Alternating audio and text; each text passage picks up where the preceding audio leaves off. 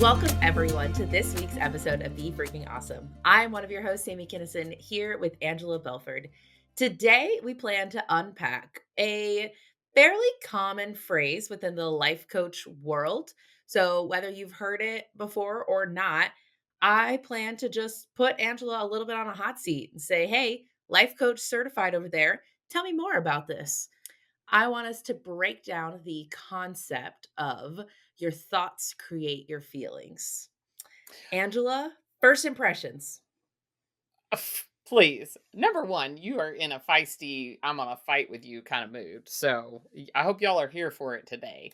Number I'm two, ready. congratulations to me because it's the 3-year anniversary of me starting my life coach certification. Thank you very much. Officially getting the certification after the certification was finished. I figured out, I've been doing this for a long time.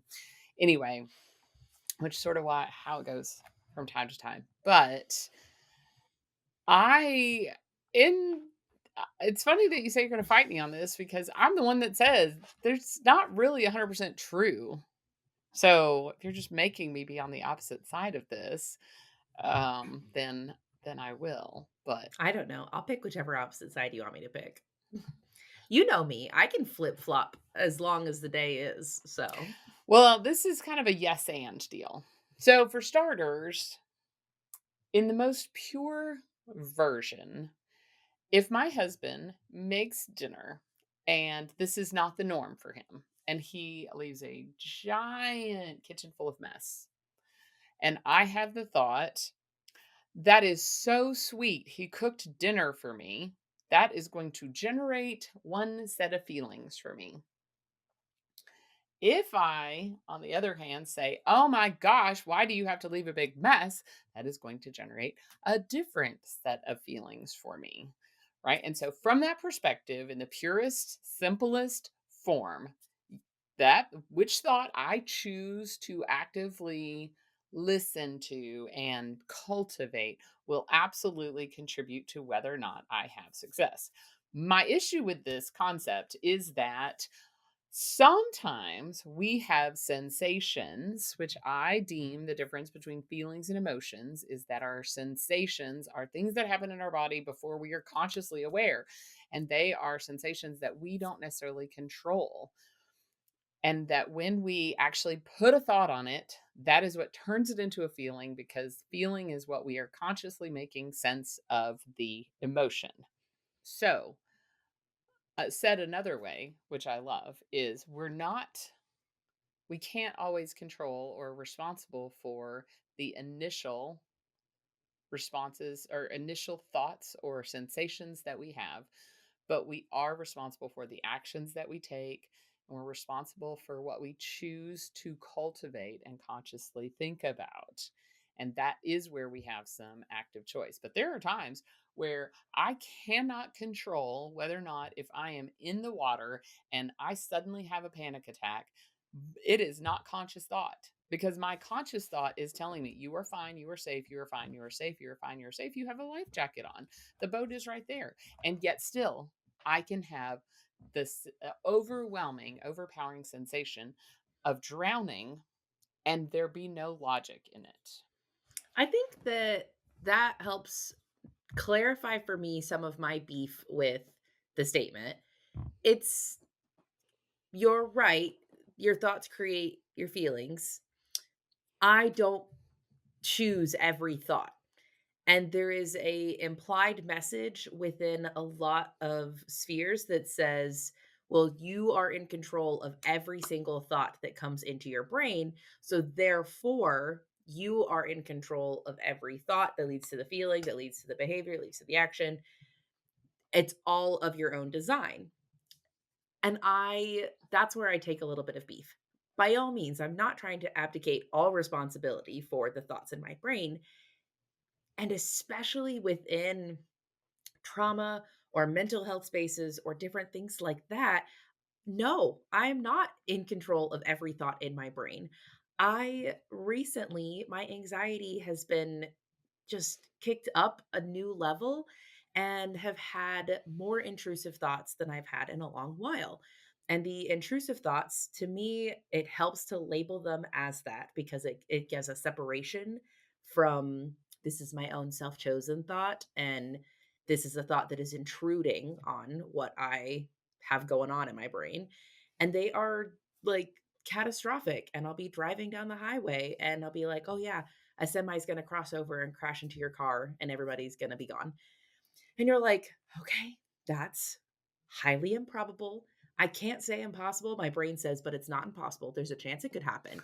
Now you're just being unrealistic. And so I have to use phrases like highly improbable and what can you do to mitigate this risk? And you can hear even I have to like really breathe through it because that first thought does lead to feelings of like, "Oh my gosh, panic, terror, everything, like fear, all of that." And it takes a lot to choose other thoughts to say, "Okay, let's offer a different perspective. Let's do a lot of work." But that initial thought was not my choice. Well, and I have the kind of the intrusive thought that I've been curious about. I was gonna say be entertained by, but once I read that other people had this, then I was like, "Oh, cool. Maybe I'm not so messed up." But I used to be like, if life was really stressful, I could be like, I could just drive off the side of this bridge right now and end it all. And it's like, okay. Yes, yes, yes, you could, except that you also might end up just excruciating pain and damaged and not dead. And anyway, and so it's interesting that yours elicits panic. And there's been times where the this could happen has initiated a feeling of release of stress. Like, Mm. yeah, I could just end it all. Yep, right here. I don't know if it's good or bad, but, I have similar thoughts, and then I will be encouraged to be like, "See, you're actively choosing not to drive off the side of the bridge. You're actively choosing not to walk out in front of that car. Look at you. Good job today in actively choosing not to harm in these particular ways." And I Mm. don't know if that's great that I'm, like, patting myself on the head for actively choosing not to do those things. Uh, yep, that's what I do. We'll leave the evaluation to my therapist. Yeah, because well, number one, I don't think you should judge whether it's good or bad, except in the way to say that that is serving you. It Mhm. is serving me to encourage myself not to have self harming thoughts. And I am no way trying to minimize or make fun of the self harming thoughts that we have. As a matter of fact, I like that what you're saying is like, yep, this is a temptation. And I'm going to encourage myself, look, that you did not follow through on that temptation. Right. So anyway, so how does that have to deal with our feelings and where life coaches, some just say, "Well, just choose a different thought and move on." You're just not here's the implication. Here's the really annoying implication. You're just not trying hard enough to choose a new thought. Try harder. Mm. What So do you do I with would say that? that this is sort of the basis of my whole book, right? Is that um of traveling light. I guess I can't. I especially if people are listening to this in the future, they're like, which one? So the I what I didn't like, the problem I set out to solve was that I didn't like having to use so much self-control to not have those thoughts that just popped up. And from my perspective, it was sort of like I kept doing things that were like whacking off a dandelion weed. And whack it off and it grow back and whack it off and it grow back and whack it off and it grow back. And I'm like, I'm tired of this. I want to actually dig out the root of it and I want to replace the root of that with something positive. Now, even that I have learned is a little bit of a oversimplification of kind of what happens because sometimes it just takes a while for those roots to like completely disintegrate. Like if you think about the roots of a tree that have just spread and slowly they begin to die, but they still pop up for a while. And I guess that's what we were talking about with the whole idea of the seasonality and that things will just come up if we haven't It's not even necessarily that we haven't fully dealt with it, it's that our body still has some processing left to do. We may have consciously worked on it and consciously, but it is still in the cells of our being and needs to be. I haven't solved that problem of what does it take exactly to get it out of the cells of our being. I really like the metaphor, not of a dandelion, but of the like the creeper weeds. I don't know. I should figure out what their real names are, but there are some weeds that have a little root system and then they grow over probably about 6 inches and then they re-implant into the ground and they get another root system. And then it grows over about another 8 inches in this other spot and it gets roots in the ground. And if I pull up the roots in that middle spot, there are still 2 spots of that weed that have roots in me. And it does not mean that me unpacking and pulling out the roots from this spot was a waste or was useless or didn't mean anything. Yes, sometimes it's annoying and discouraging that there are still other spots that I need to pull the roots out from. However, I'm gonna have to pull out all of those roots if I want to get to the other side of this. And you sometimes just have to do that one at a time. Yeah. Sometimes, maybe in a therapy session, you can rip and it like pom pom pom and it pulls a bunch of them out at once. And sometimes it just pulls one out, and that's still good. I will tell you that I was feeling like when I could consciously make a choice and, oh, this person said this thing and it triggered my belief I'm not enough, or no matter how I try, it's still not enough. And as long as I was, conscious and not and well rested and well fed, then that worked. But it was using Mm. up a lot of self-control for me. And so that's what I wanted to solve, is like I wanted to figure out a way that it didn't always be about me. And I would say that's the really what I hope that people have gotten from the 7 core beliefs that we've talked about, is that when I've replaced those beliefs with I am enough, there are still weeds, but you know how, like, when you are weeding a garden, we're just going all in on the garden metaphor today. But when you weed a garden and you see the little sprouts pop up, and sometimes that tiny little sprout is easy to pull out. That's what I have noticed, is that there are some times, if my I'm not enough, or no matter how hard I try, it's not enough. If those get triggered, because that was my neural processing for 40 years, those paths are still there and I slide down that path, then it's a little simpler and it doesn't take quite as much self-control. I'm more likely now, when somebody else says something that kind of tries to push the button, no matter how you try, still not enough. It's more likely that I will catch it and be like, what's their story? They are struggling with, maybe they're struggling with I'm not enough, and that is causing them to kind of communicate that to other people. That's more often, if I can encourage people why you go on the healing journey, it's because more often than not, I am getting people's, when they bring it at me, it just doesn't stick. And if it does stick, it doesn't stick as long. Sometimes I even literally will say to them, do you realize that this is what you communicate constantly? In my frustration. So anyway, I want to encourage people that it is worth it to keep digging out the roots of those plants and replanting new ones. And you got to water them and you got to fertilize them and you got to let them those spider plants go and keep spreading, so that way it is more.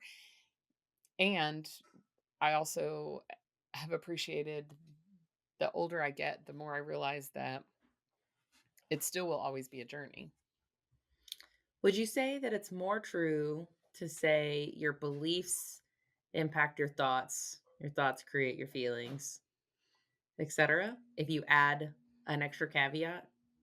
Yeah, as a matter of fact, in Be Freaking Awesome, I actually use Mahatma Gandhi's quote, and I use his quote because he starts with your beliefs.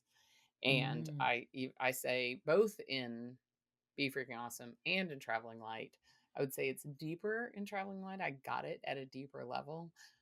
But yeah, for sure, your beliefs. Now, some people say that your beliefs are just a recording of your consistent thoughts.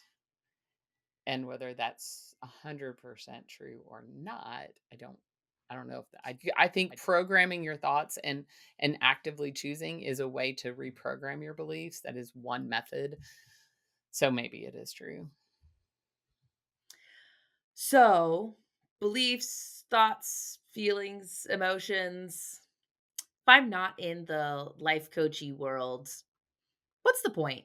What does it matter? Why do I need to be so intentional within this realm of things? Great question. Often, if I say your beliefs create your thoughts, your feelings, your actions, people may not know. They often are not consciously aware that they're walking around with the belief, I'm not enough. As a certified life coach who also has spent a lot of time in the last 3 years helping people, for me, it's an indicator light. So, like, if my car's not working right, and I ask my mechanic to go for a ride in my car so I can show him like what sounds it's making, and maybe because my brothers are mechanics, they can hear a certain thing and go, "Oh, here." And so there may not even be before they plug in a computer, before they, or maybe they plugged in a computer, maybe the lights aren't lit up, whatever, but they can hear what's going on. So for me as a life coach, I can hear people, and what I've had to learn to do is not go around and telling people, "Oh, this is the diagnosis." People don't actually want to hear that crap. That doesn't go Girl, very well. same. I am not a certified life coach, but I play one on a podcast. No, I'm just kidding. I'm around you often enough, and I do all the things that, yeah, I am like, oh, you have this thing. Here's your bad thing that's happening to you. I know what it is, and you're like, this is not the reaction to give people Yeah, like nope, nope, nope. swipe back. And so for me, the understanding your thoughts and being more aware of your thoughts is a helpful indicator light. Just like learning what the little gauge on your new car, what does it mean when the little squiggly line with the exclamation point? Oh, that just means your low tire pressure. Learning what that means knows that you can easily diagnose, you can easily go get some, you know, air in your tire. There's nothing tragic happening. You just need a little air in your tire. The gas light coming on does you need to like stop and get some gas. So it's not a problem, right? But when you begin to notice your thought patterns, begin to notice, oh, wow, I feel in a way that I don't want to feel. I don't like, for me, it was I didn't like feeling angry, so easily angered. And I wanted to treat people with love and kindness and respect. And when I'm angry, it's a long distance for me to grab love, kindness, and respect. I have to wade through a desert of other things.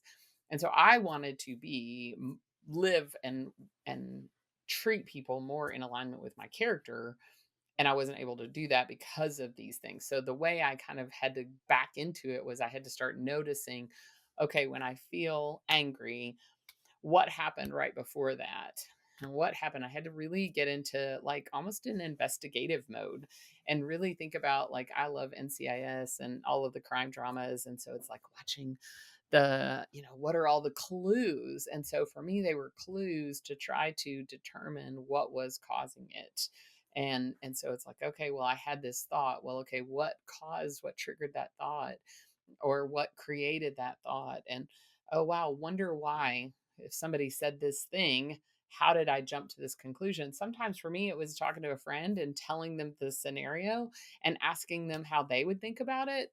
Or if I could tell if I was like telling a really dramatic story and somebody's just like, I don't get it, why is that a bad thing? That would be a clue for me to go, oh, maybe I'm overreacting. Well, what is causing me to overreact? Notice I'm still trying not to use the word why. I'm still trying not to ask myself the question why. Remember back March, we talked about asking good questions.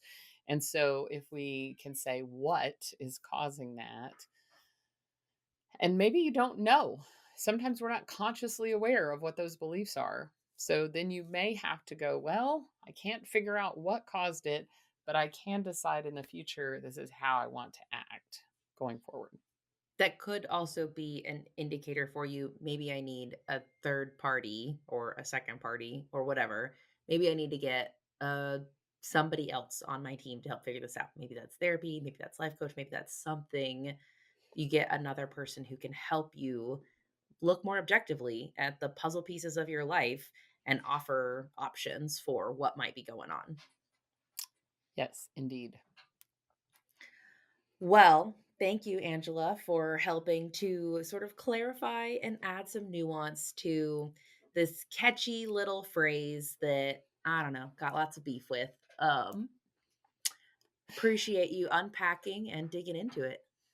I mean, the origin of it comes from Proverbs. As a man thinketh, so he becomes. Right? So our beef with it goes all the way back to Solomon. Um, and I think it's more nuanced than that because that same Proverbs in that same area says, guard your heart, for it is the wellspring of life. And I think that guarding your heart is really like identifying what are the pieces and parts of your heart that have had damage that need to be restored and that maybe have had weeds and we need to excavate. So Sure, sure. you seem very convinced.